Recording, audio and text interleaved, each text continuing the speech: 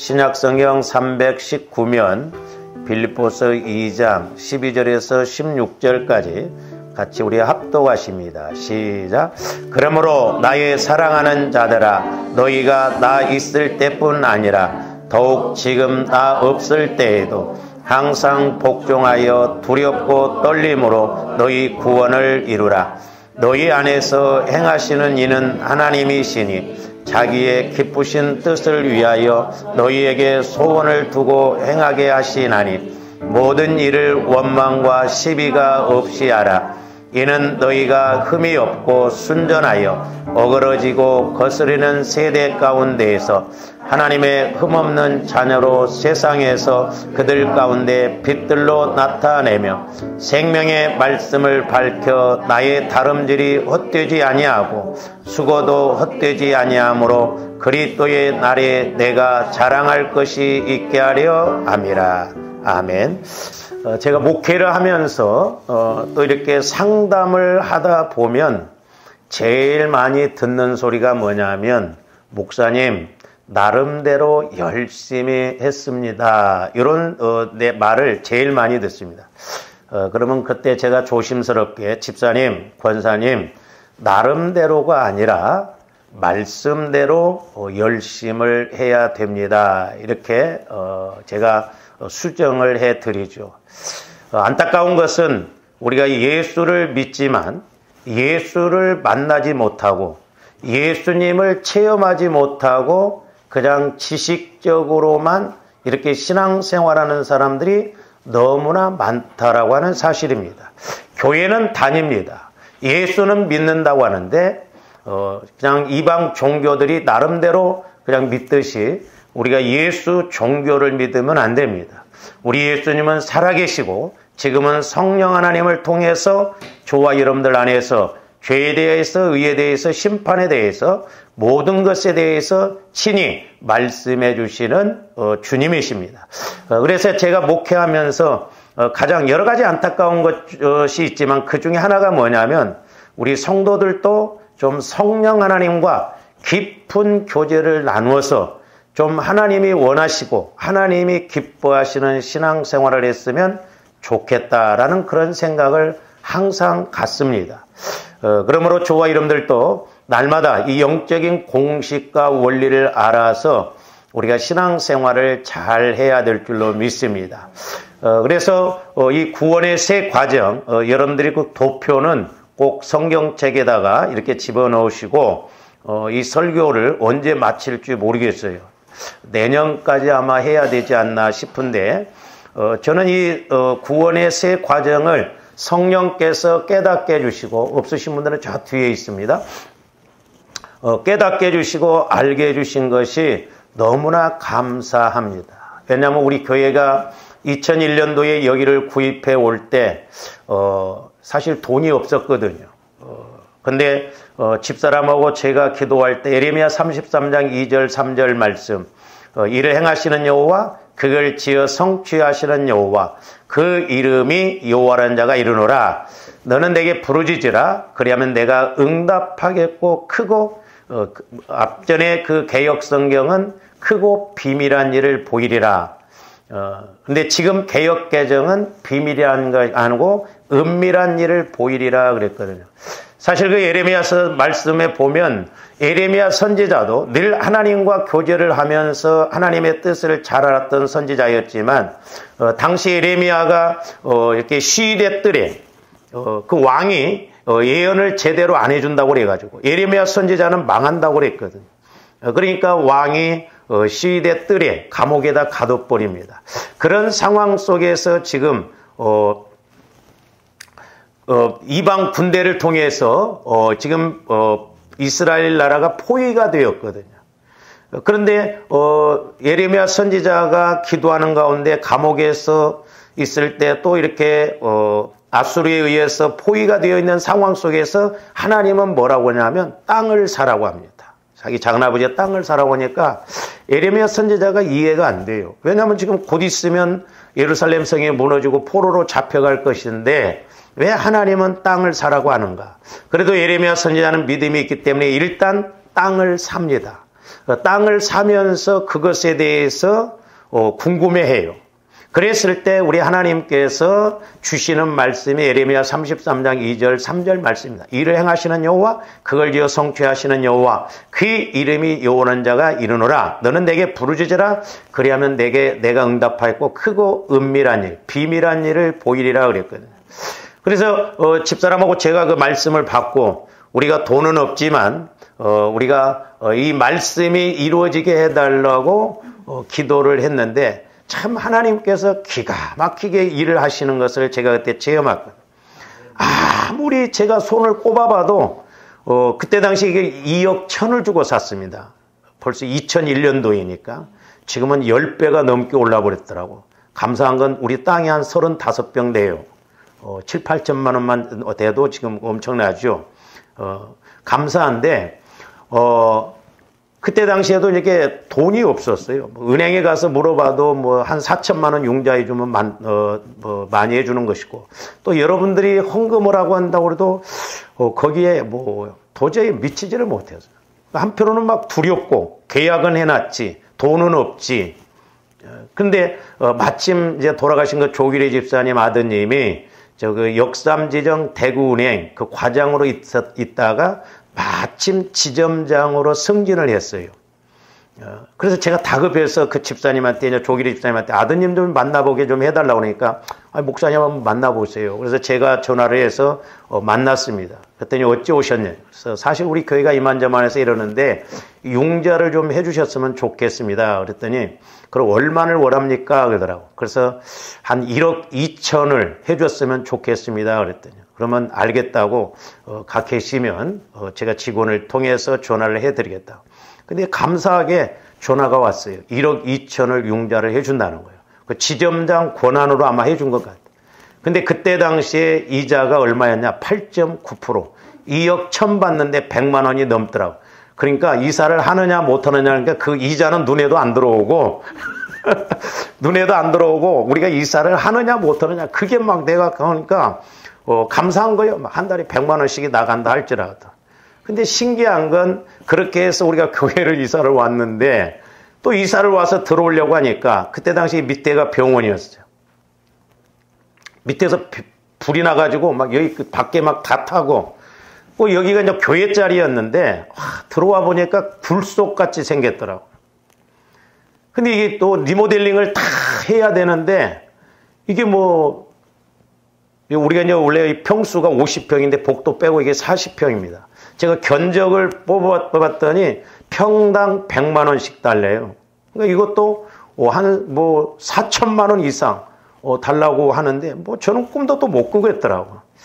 그런데 이제 옛날에 우리가 이렇게 앰프, 스피커를 이렇게 이제 하는데 그 젊은 집사님을 제가 알고 있었는데 이렇게 그 스피커가 정직하고 그 집사님이 정직하고 그래서 우리 동기들한테 또 이렇게 교회 개척하는 목사님들한테 소개를 많이 했어요. 그래가지고 그 집사님이 이렇게 앰프 시설을 많이 해줬습니다. 그래서 제가 그때 생각이 나길래 전화를 했어요. 집사님, 이만저만해서 우리 교회가 이사를 가려고 한다. 그랬더니 그래요 목사님? 그러면 제가 한번 가서 봐도 될까요? 그래서 와봐라. 그랬더니 목사님, 자기가 사실 음향시설을 이렇게 하는데 인테리어가 너무너무 중요하더라는 거예요. 인테리어도 잘해야 된다고 그러더라고요. 그러면서 그러면 인테리어를 하면 어떻게 되냐 그랬더니 목사님이 저를 그동안 스피커를 앰프를 많이 소개시켜 주시지 않았습니까? 그래서 너무 감사해서 제가 다른 건 못하고 이 인테리어를 하는데 제가 그 인테리어 업자를 부를 테니까 목사님이 이렇게 인건비만 좀 대달라고 그러더라고. 그러냐? 고맙다. 그게 얼마냐? 그랬더니 그때 당시에 900만 원 달라고 그래요. 근데 가서 두들겨 봐도 아무리 계산을 해봐도 안 나오니까 또 다음에 전화를 해갖고 목사님 도저히 안 되겠습니다. 얼마냐? 1200만 원입니다. 좀 그렇게 해줘야 돼요. 그냥 그렇게 해라. 그리고 이게 1200만 원이 우리가 인테리어를 다 했어요. 그래서 그때는 이 바닥에 이런 거 안 깔았습니다. 그때 교회들이 전부 도끼다시 위에다 이렇게 했는데 저보러 그러더라고요. 돈이 없어서 이 바닥에 까는 건 못하겠다니. 목사님, 내가 많은 교회를 다녀보니까 장로님들, 권사님들 때문에 성전 건축을 못한대요. 다 자기 아는 업자 갖다 세우고 줄 세우고 그래가지고 안 된대. 근데 목사님 교회는 그래도 목사님이 이렇게 주도적으로 하니까 너무너무 감사하다는. 그러면서 이 바닥 이것도 까셔요. 할 때 해버려야지 나중에 절대 못합니다. 그러냐 해하라. 처음에는 막 이 색깔이 바닥 여러분 보세요. 얼마나 화려합니까? 저는 다방 같았었어요. 처음에 볼 때. 우리 지방의 목사님이 지방에 할 때 오면서 저 문 열고 너무 깨끗하니까 이거 문 열고 신발 벗고 들어가야 되는 거요? 그러더라고요. 아니 신발 신고 들어오라고. 그때 제가 뭘 깨달았냐면 제가 전도사 시절 때 학교 다니면서 제가 다녔던 교회에 제가 다 했거든요. 화장실 청소도 하고 뭐 그런 것 저런 것 따지지 않았어요. 그 어느 날 제가 이렇게 딱 교회에서 이렇게 지나가다가 쓰레기가 하나 있어, 티끌이 하나 있어. 그걸 딱 짚는 순간 성령께서 제 안에서 어떤 말씀을 주시냐면, 내 종아, 앞으로 네가 할 교회는 이보다 더 깨끗하게 할 것이다라는 그런 메시지를 받았어. 그러면서 이 바닥을 깔아놓고 그 목사님이 그런 말씀을 하실 때, 하나님께서 성령을 통해서 저한테 주신 말씀이 이대로 이루어지는구나. 그래서 이렇게 인테리어까지 했어요. 너무너무 감사했던 것은 이사 와서 기도를 하니까 얼마나 기도가 잘 되는지, 다른 것보다도 기도가 잘 되니까 너무너무 좋은 거예요. 그러면서 우리가 이렇게 이사 오는 거 말씀을 받아서 왔는데 여기가 디딤돌이라는 거예요. 디딤돌. 그런데 그 이듬해부터 우리가 1억 2천 빚을 갚는데 2년 만에 8천만 원을 갚았습니다. 저는 여러분들한테 헌금을 하고 안 했거든요. 하나님이 몰아다 세우니까 감동받아가지고 막 2천만 원 뭐 하더라고요. 나중에는 제가 어떤 마음이 왔냐면, 이제 나중에 뭐 빚을 다 갚고 2천만 원 남았는데, 뭐 어떤 또 집사님이 그 자기가 다 갚겠다고 그러더라고요. 그래서 그렇게 하지 말라고 그랬어요. 다 갚는다고 하면 얼마나 좋아요. 왜 그러냐면, 이렇게 여기가 이제 우리가 이사 오면서 헌신하고 이런 것이 디딤돌인데 우리 성도들이 다 복을 받았으면 좋겠다. 그러면서 비유적으로 깨닫는 것이 뭐냐면, 여러분들이 똥 밟으면 뭐가 따라옵니까? 똥이 따라와요. 여러분들이 금을 밟으면 뭐가 따라옵니까? 금이 따라옵니다. 이 디딤돌. 우리가 이렇게 학교 다닐 때도 그 뜀틀을 때 그 디딤돌을 들을 때 높이 뛰잖아요. 그래서 제가 그런 깨달음이 있어서 헌금 한 번에 하지 말라고 그랬어요. 그래서 조금씩이라도 성도들이 헌금해서 하나님이 주시는 그런 이제 축복을 받을 수 있도록. 물론 저도 7년 동안 물질 훈련을 받았기 때문에 그때 이제 많은 메시지를 이렇게 받으면서 그 물질 복을 받는 원리를 이렇게 깨달았거든요. 저는 지금 그래서 목회자이지만 제가 이렇게 상담도 해보고 대화도 해보면 예수 믿는 모든 사람들이 한결같이 하는 이야기가 뭐냐면 사업하지 말라고 합니다. 아이고 사업이 어렵다고. 근데 저는 목회 안 하면 사업해보고 싶어요. 돈이 없으면 리아카를 끌고라도 이렇게 해보고 싶어요. 여러분들이 요 밑에 엄마손 백화점 밑에 가면 거기에 할머니 한 분이 이렇게 지금은 감을 팔더라고. 그 지금 앞에가 이렇게 막 그 중국 교포가 그 과일 같은 걸 팔아서 문제죠. 새벽 예배를 마치고 제가 일찍 그때 이렇게 가보면요, 그 아들은 BMW 타고 옵니다. 거기다가 박스로 10박스, 15박스 이렇게 싣고 와서 내려주고 가요. 세금도 없어 거기는. 장사가 되니까 그렇게 나오거든. 옛날에 제가 군대에 있을 때 휴가를 나올 때 마장동에 이렇게 내려다가 우리 시골에 우리 형님 친구를 만났어요. 거기서. 보니까 이 양반이 엿을 팔고 있더라고. 엿을. 이렇게. 그러면서 나보고 부끄러웠던지, 홍규야, 너 나 무시하지 말라. 왜요? 그랬더니 내가 비록 니아가를 놓고 엿을 팔지만 말 팔릴 때는 그때가 벌써 몇 년 전입니까? 제가 21~22살 먹은 해드니까 지금 뭐 벌써 한 40~50년 전인. 내가 하루에 말 팔 때는 30만 원씩 판다고 그러더라고. 무시하지 마셔요, 여러분들. 어설픈 가게 갖고 오는 것보다 훨씬 낫습니다. 옛날에 우리 교회가 저쪽에 있을 때도 그 앞에 이렇게 붕어빵을 팔고 그러는데 제가 물어봤어요. 하루 얼마씩 팔리냐고 하니까 제가 보니까 아이고 저래 가지고 밥 먹고 살까 했는데 보통 5~6만 원씩 판대요. 말 팔 때는 10만 원. 괜찮잖아요? 제가 그런 것을 보면서 메시지를 받으면 자신감이 생기더라고. 그래서 저는 지금도 하나님도 목회하지 마면 니 아까나 딱 맞춰서 사업해보고 싶어. 그리고 아니면 봉고차 하나 사가지고 폐지 주로 다니면 부지런하면 많이 두껍더라고. 에? 아침에 막 이렇게 가다 보면 박스 이런 게 얼마나 많아요. 명절 때는 얼마나 많습니까? 명절 쉬지 말고 아침부터 하면 얼마나 많이 죽겠어요. 그러니까 하나님이 함께 하시면 우리가 지금도 얼마든지 복받고 쓰임받고 은혜 받습니다. 그렇게 해서 우리 교회가 그때 준비가 돼서 빚이 없으니까 교회가 이렇게 하고, 우리 교회는 뭐 자랑은 아닙니다만은 코로나 기간에 어떤 면에서는 다 헌금이 줄고 그랬다고 그랬는데 우리 교회는 헌금이 오히려 더 많이 나왔어요. 누가 하신 거예요? 하나님이 하신 거예요. 지금 목사님들마다 말 들어보면 코로나 기간에 지금 성도들 숫자도 반토막이 돼버렸대요. 50%. 지금 회복이 안 된대요. 교회가 12,000교회가 무너져 버렸다. 없어져 버렸다 이 말입니다. 지금 심각한 위기입니다. 지금 코로나가 끝나고 난 다음에 주일 오후 예배 지금 거의 안 드립니다. 수요 예배 없어진 데가 많아요. 문제는 숫자가 많은데도 안 드려요. 금요 예배 안 드립니다. 그러니 성도들이 기도를 안 하잖아요. 저는 되든 안 되든 하여튼 막 밀고 가는 데까지는 가보는 거예요. 왜? 하나님 앞에 섰을 때 저에게 책임을 물을 거 아니냐 이 말이죠. 그 상급 심판이 무섭거든요. 지금 우리가 신방기관입니다마는 제가 이렇게 우리 권사님 가정에 가서 신방할 때 성령께서 뭘 영적으로 보여주시냐 하면 이 땅에서 부지런히 수고를 하는 거죠.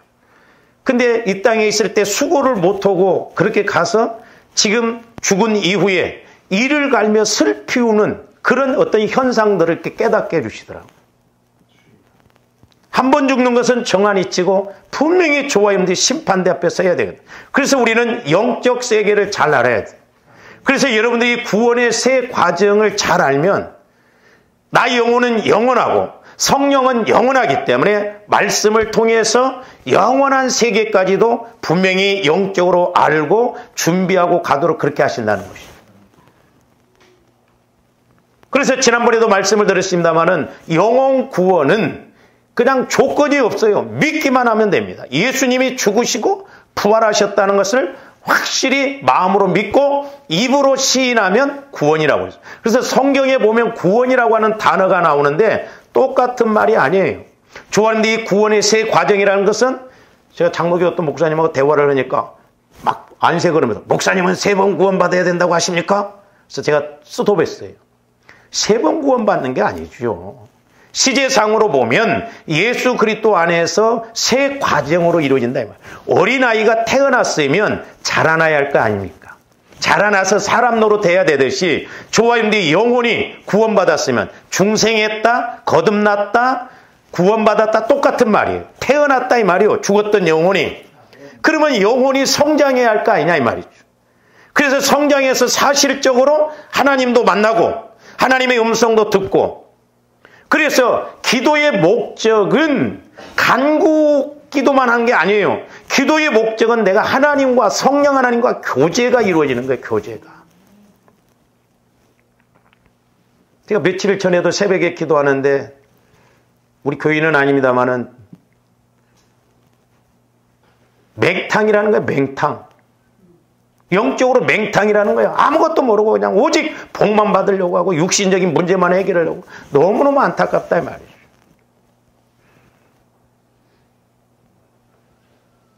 그래서 여러분들이 영적 상태를 알아야 된다 이 말이죠. 여러분의 영적 상황을 알아야 돼. 내 영적 상황, 영적 상태를 알면 가만히 있을 수가 없어요. 죽느냐 사느냐의 문제잖아요. 그래서 우리가 이 영혼 구원을 받았으면 이제 그 다음 케이스가 뭐냐면 성화 구원이에요. 성화 구원. 성화 구원은 뭐냐면 주님 마음, 주님 성품으로 이렇게 늘 닮아가는 거예요. 왜 오늘날 우리가 예수를 수십 년을 믿어도 소위 말하는 그놈의 성질, 그놈의 성격 왜 안 바뀌냐 이 말이에요. 교도소에 가면 천주교인을 포함해서 예수 믿는 사람들이 70%래요. 우리 교회도 형제 하나가 이렇게 교회를 나오다가 교회를 안 나와요. 그래서 어떻게 전도를 받았냐? 자기가 감옥에서 이렇게 전도를 받았는데 그 친구는 성경을 350독을 했대요. 이 친구도 뭐 100독을 넘게 했어. 그러니까 요 옆에 교회 가서 예배드리다가 자기가 말씀을 너무 지식적으로 많이 알고 있으니까 내가 부동산에 갔는데 방을 얻으면서 그렇게 나를 만났는데 나하고 대화를 하다 보니까 목사님 교회가 어딥니까 그랬더니 우리 교회로 오는데 서울 중교회 와서 말씀 한번 들어봐라. 그 권사님한테 그래가지고 성경은 너무나 많이 읽었어요. 근데 그 350독은 친구 또다시 감옥 갔대요. 이 형제도 지금 안 나오는데 김장철 때만 한 번씩 가끔 전화해요. 김치 좀 달라고. 또 감옥 간 것 같아요. 그 왜 그래요? 지식적으로는 많이 읽었는데 여기가 변화가 안 되는 거예요. 우리 마음, 가슴이 변화가 안 되는 거예요. 근데 사실 이 지식으로 하는 신앙생활 여기 내려오는데 이게 한 30cm밖에 안 됩니다. 근데 이놈의 30cm가 시간으로 보면 죽을 때까지 안 될 수도 있고 수십 년이 걸려도 안 될 수가 있고 신앙은 여기에서 이루어져야 돼. 신앙. 그래서 제가 이 구원의 세 과정, 그때 아까 이제 이렇게 우리가 이사 오면서 그 크고 은밀한 일, 비밀한 일을 보이리라고 그래서 제가 그때 막 얼마나 좋아해가지고 하나님의 돈이 없어도 이렇게 또 이사를 하는구나. 그래서 내가 우리 교인들이 한 120명만 되면 120문도가 마가다락방에서 기도할 때 막 역사가 나타나듯이 한 120명만 되면 뭐 뭐끈히 하겠다. 그러면서 막 또 상상이 되면서 그때는 막 5층 건물 바닥 평수가 한 100평.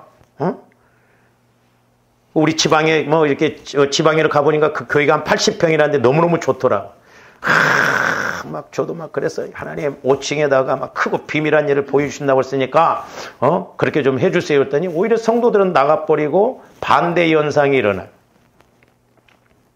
그러면서 너무 힘들면서 하나님 크고 비밀한 일을 보여주신다고 하지 않았습니까? 근데 말씀을 읽는 가운데 골로새서를 제가 읽었는데 골로새서 1장 27절 보면은 27절 이하에 보면 하나님의 비밀은 예수 그리스도가 비밀이라고. 그러면서 제가 이렇게 새벽 기도도 하고 그러면서 깨닫는 게 뭐냐면 이스라엘 백성들이 왜 망했느냐? 하나님의 비밀인 예수 그리스도를 몰라봐서 망한 거예요. 예수 그리스도를 십자가에 죽는 데 앞장세웠잖아요. 그러면서 그들이 뭐라고 그래요? 그 죄를 우리뿐만 아니라 우리 후손에게까지 다 감당하게 한다고 그랬거든요.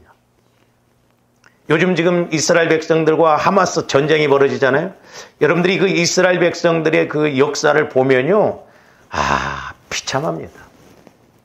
1848년 뭐 그때부터 뿔뿔이 흩어져 가지고 소련에서부터 러시아인들이 이스라엘 백성들을 그렇게 많이 죽였고 또 프랑스에서도 그렇고 독일에서도 히틀러가 600만 명을 죽였잖아요.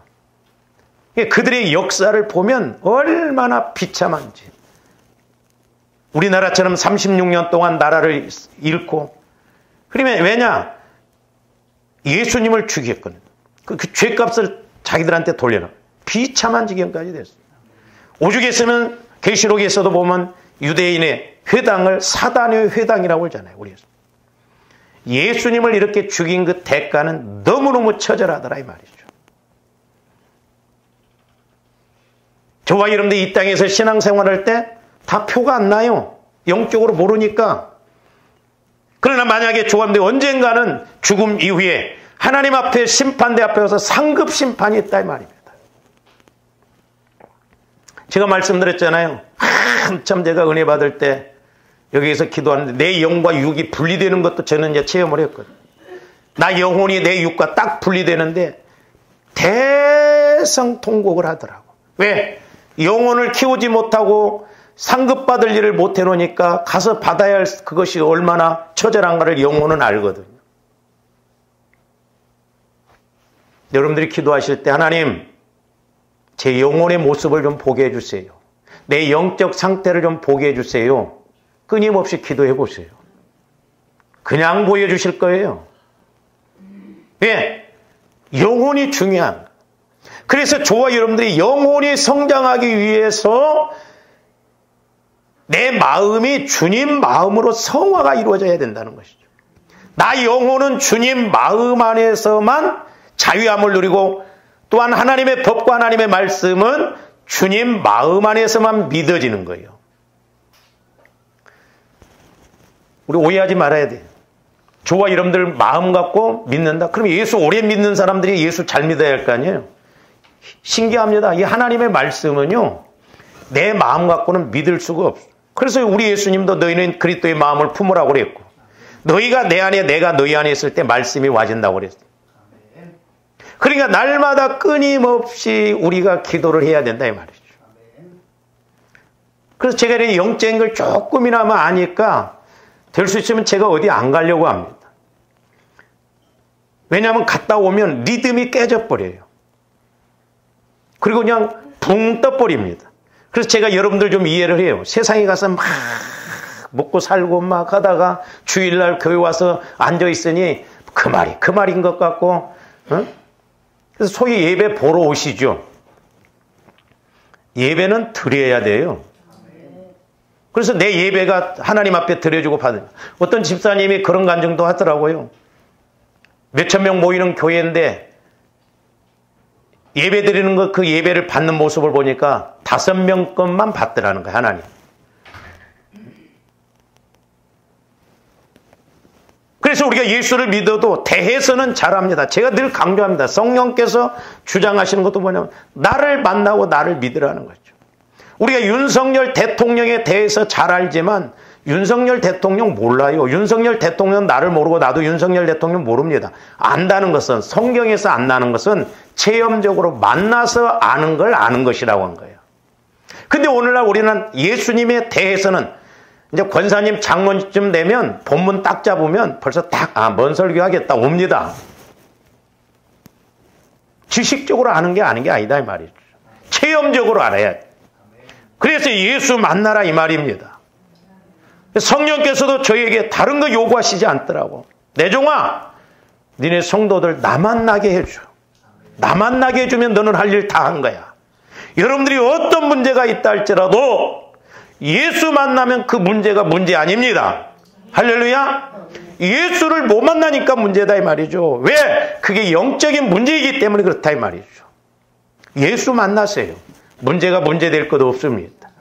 근데 어떻게 보면 이게 쉬운데 참 안 돼요.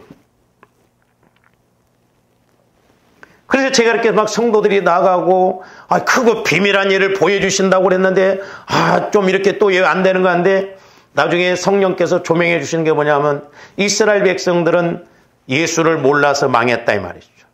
그렇죠? 그들이 예수를 몰랐어. 메시아인 줄을 몰랐어. 오히려 예수님을 죽이는데 앞장서서 그의 결과 그들의 역사는 처참했다 이 말입니다. 그러면서 이제 골로새서 1장 27절에 보면 그 2장 2절에서는 이제 하나님의 비밀이 예수 그리스도라고, 예수 그리스도 안에 지혜와 지식의 모든 보화가 있다고 그랬고, 골로새서 1장 20절은 예수 그리스도가 비밀인데 그 예수 그리스도의 비밀인 너희 안에 계신 예수 그리스도다 그랬어요. 근데 내 안에 계신 예수 그리스도를 만나려면 저와 여러분들이 그리스도의 마음으로 성화가 이루어져야 됩니다. 할렐루야. 그래서 내 마음이 그 보혈과 성령을 통해서 그리스도의 마음으로 바뀌어지면 자연히 성령의 음성을 듣게끔 되어 있어요.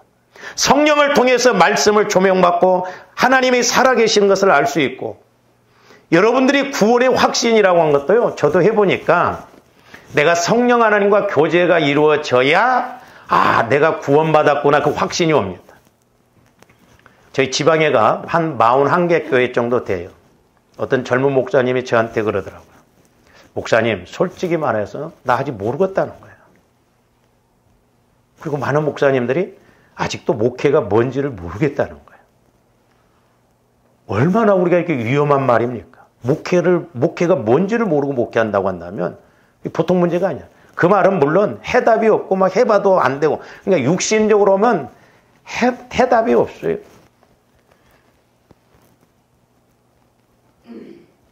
교회 안에 얼마나 많은 사람들이 모입니까? 별의별 사람들이 다 있잖아요. 네? 나도 어떤 때는 여러분들 영적인 상태가 막 보여지고 해결이 안 되면 날개가 있으면 그냥 날아가 버렸으면 좋겠어요. 날개가 있으면 이 꼴 저 꼴 안 보려면 그냥 날아가 버렸으면 좋겠어요. 그렇다고 해서 안 할 수는 없잖아요. 옛날에 저도 막 뭐 힘들면 에이씨 목회 때려쳐야지 막. 어떤 목사님은 지금 유명한 목사님이 됐더라고. 설교도 잘하고 오는데 만나서 이렇게 하는데 아씨 목회가 힘드니까 배추 장사나 해야 되겠다고 그러더라고. 근데 하나님이 그 말씀을 그렇게 싫어하시더라고. 목회 때려친다고. 지금까지 그래서 제가 그 뒤로부터는 목회 어렵다 뭐 이렇게 힘들다 물론 그런 생각을 하지만 때려친다 말은 입 밖에도 안 내고 책망받을 소리더라고. 그 여러분들은 어떻게 보면 오해하지 마시고 얼마나 감사해요. 네? 아니 다른 교회 성도들은요 은혜 받으려고 막 어디 막 좀 은혜가 된다 하면 막 쫓아다닙니다. 저도 가끔 육신적인 생각이 들 때가 있어요. 우리 집안은 장로교 다니고 큰 누님하고 둘째 형님은 장로교 다니고 둘째 누님은 순복음교회 다닙니다. 순복음교회들이 뜨겁잖아요. 막 성령을 통해서 막 그러니까 저보러 보려면 동생이 만약에 순복음교회 와서 목회하면 인기가 참 많았을 텐데 왜냐 영적인 걸 찝어주고 그러니까. 그래서 어떤 데 순복음교회로 갈까 하는 생각도 들어요. 우리 지방의 어떤 목사님은 장로교에서 목회하면 참 인기 짱이었을 텐데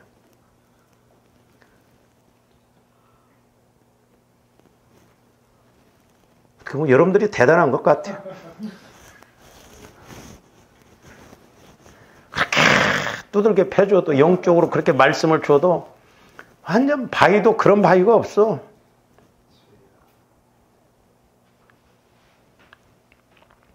우리가 변화되어야 될 줄로 믿습니다. 그래서 이제 저와 여러분들이 성화 구원이 중요해요. 그래서 이 그림 가운데 성화 구원 그림이 나오죠. 우리 그림 한번 다시 봅니다. 우리 한국교회가 이 성화 구원을 안 가르치다 보니까 문제예요. 그냥 예수 믿으면 복 받는다 해갖고 와서 믿는데 별의별 사람들이 많잖아요. 그러니까 자기 마음 갖고 믿으니까 상처 주고 상처받고 성질나면 그냥 때려쳐버리고.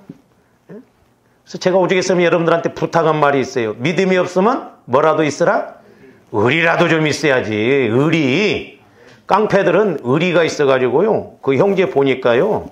후배들이 감옥에 가 있더라도 나오더라도 생활자금을 다 내주더라고. 의리라도 있어. 우리가 믿음이 없으면 의리라도 있어야지. 믿음도 없고 의리도 없고 달면 삼키고 쓰면 뱉어버리고.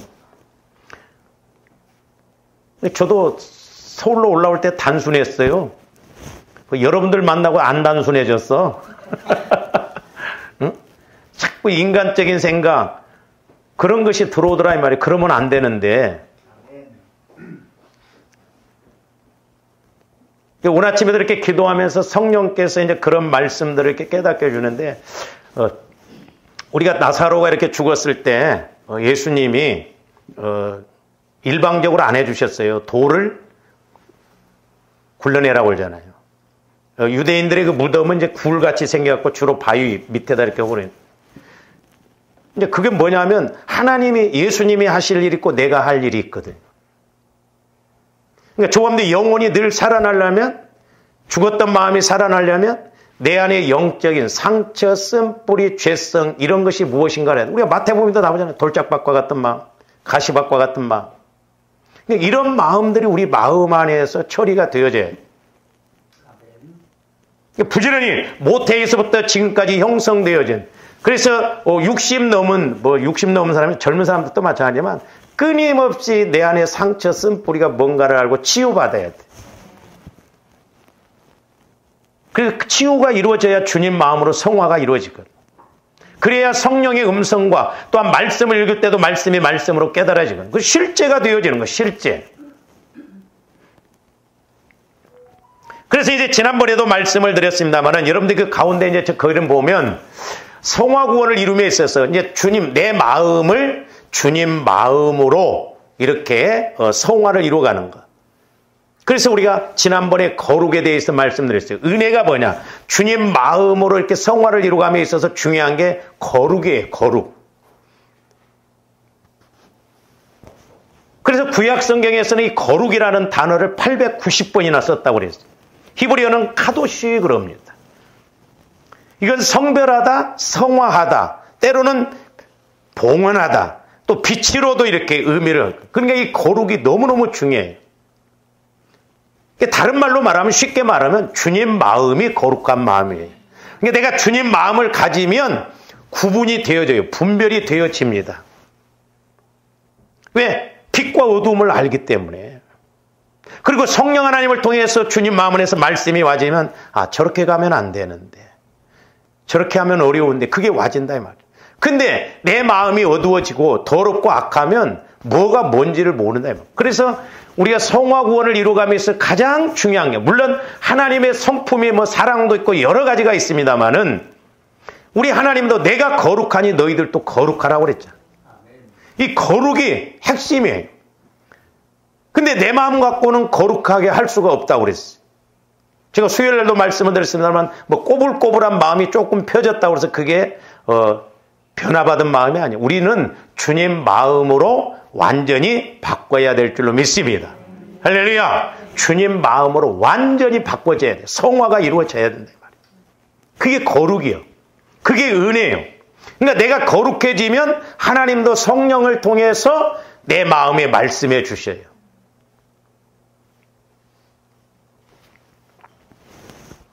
우리가 이제 새벽에 이렇게 라이브 톡으로 제가 때로는 그렇게 해야 되나 하지만 또 여러분들이 멀리 있으면서도 이렇게 라이브 톡으로 들어오시고 그러니까 제가 멈출 수가 없어요. 제가 젊지도 않는데 새벽부터 저도 그냥 부르짖어서 기도하는 것도 어떤 때 보면 이거 뭔 짓인가 할 때도 있거든. 그런데 한 영혼이라도 여러분들이 좀 변화되게 하려고. 저도 라이브 톡 막 어떤 때는 제가 일찍 와서 5분에서 킬 수도 있는데 여러분 조금 더 잘하고 제가 보통 15분 넘으면 킵니다. 나 혼자 북치고 장구치고 다에 백호야 나 살리라고 잠자고 있는데 조금이라도 더 잘하고.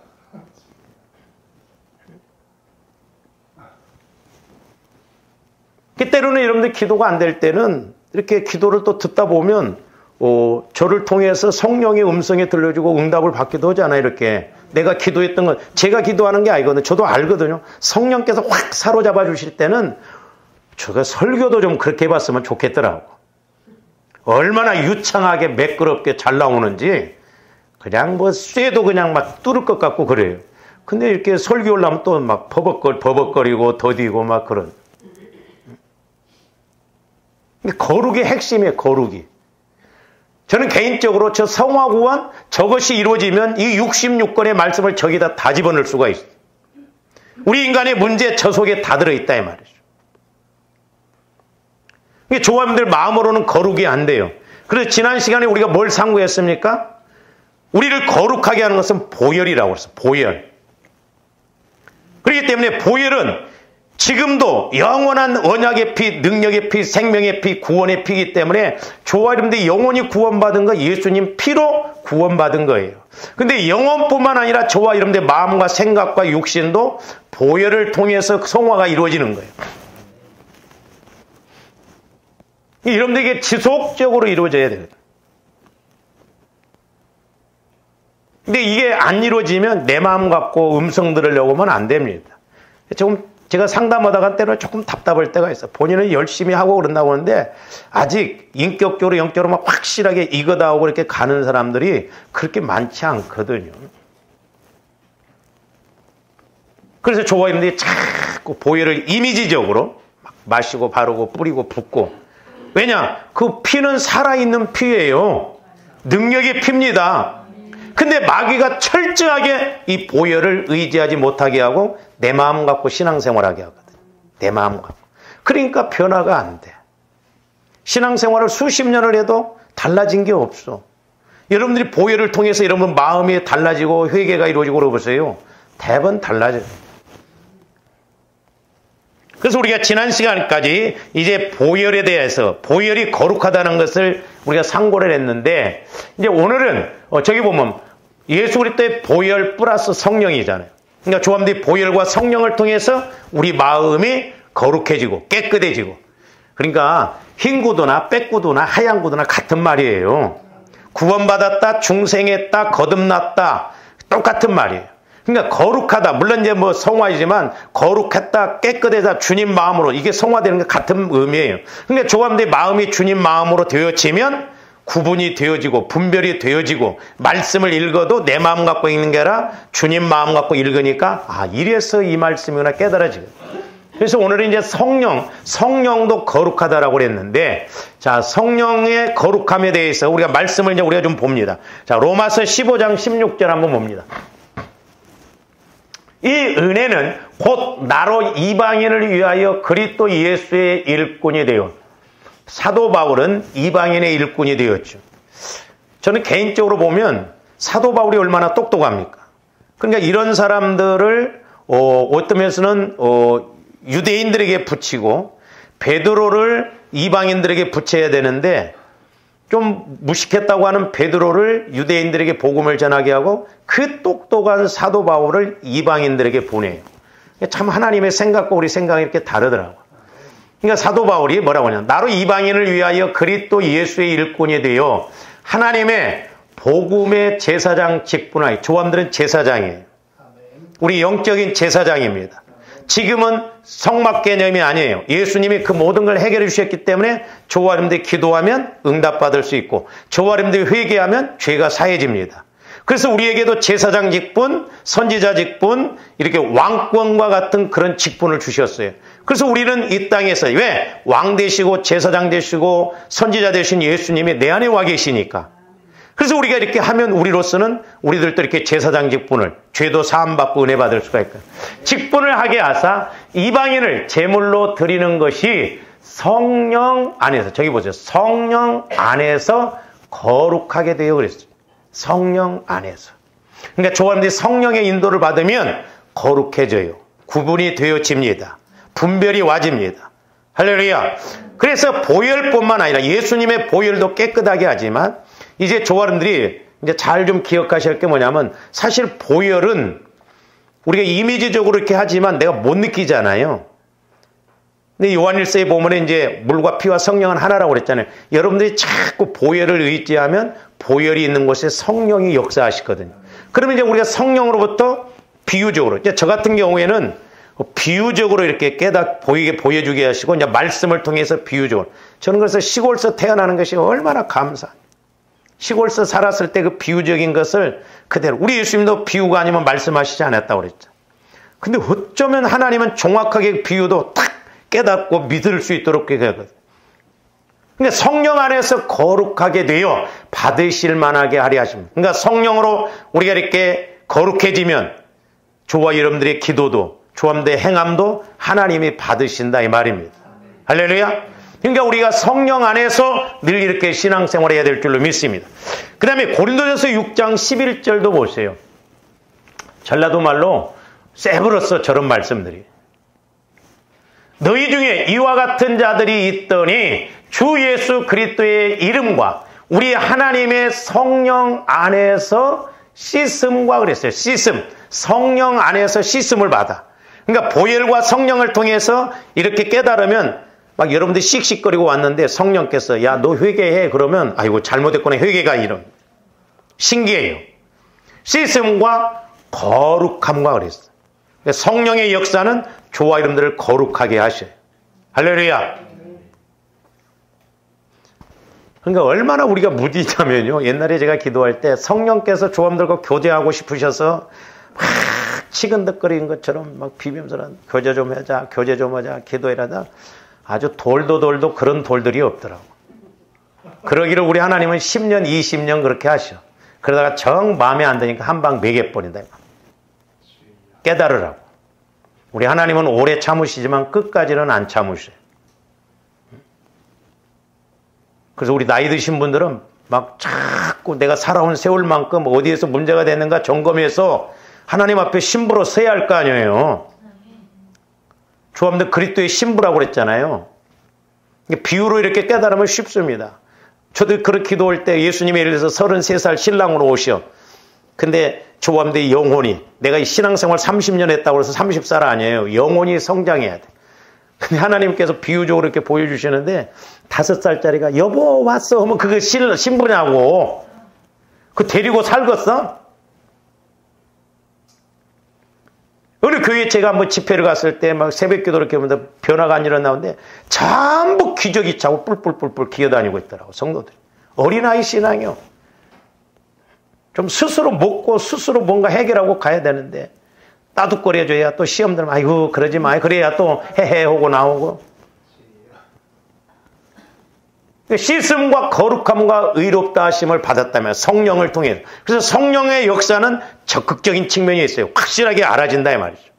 그러니까 보혈을 적용할 때는 잘 몰라요. 그렇기 때문에 조금더 이제 성령의 음성을 듣고 성령과 교제가 이루어지면 아 내가 거룩해졌구나. 또 이런 문제를 해결해 주셨구나. 이런 죄를 사해 주셨구나. 알게 되는 거예요. 그 다음에 데살로니가후서 2장 13절도 보세요. 주께서 사랑하시는 형제들아 우리가 항상 너희에 관하여 마땅히 하나님께 감사할 것은 하나님이 처음부터 너희를 택하사 성령에 거룩하게 하신 거 그랬어요. 성령으로 거룩하게 하셨다. 그래서 진리를 믿음으로 구원을 받게 하심이니 진리를 믿음으로. 그러니까 내가 거룩하게 되면 말씀 진리가 깨달아지고 영혼 구원뿐만 아니라 성화 구원, 환경적인 구원도 이루어진다 이 말이에요. 그래서 성경에서 말하는 구원은 전인적인 구원이에요. 할렐루야. 근데 우리는 영혼 구원만 배워놨다 보니까 야고보서에서 행함이 없는 믿음은 죽은 믿음이라고 하니까 헷갈리는 거 이게 뭔 말인지를 모른다 이 말이에요.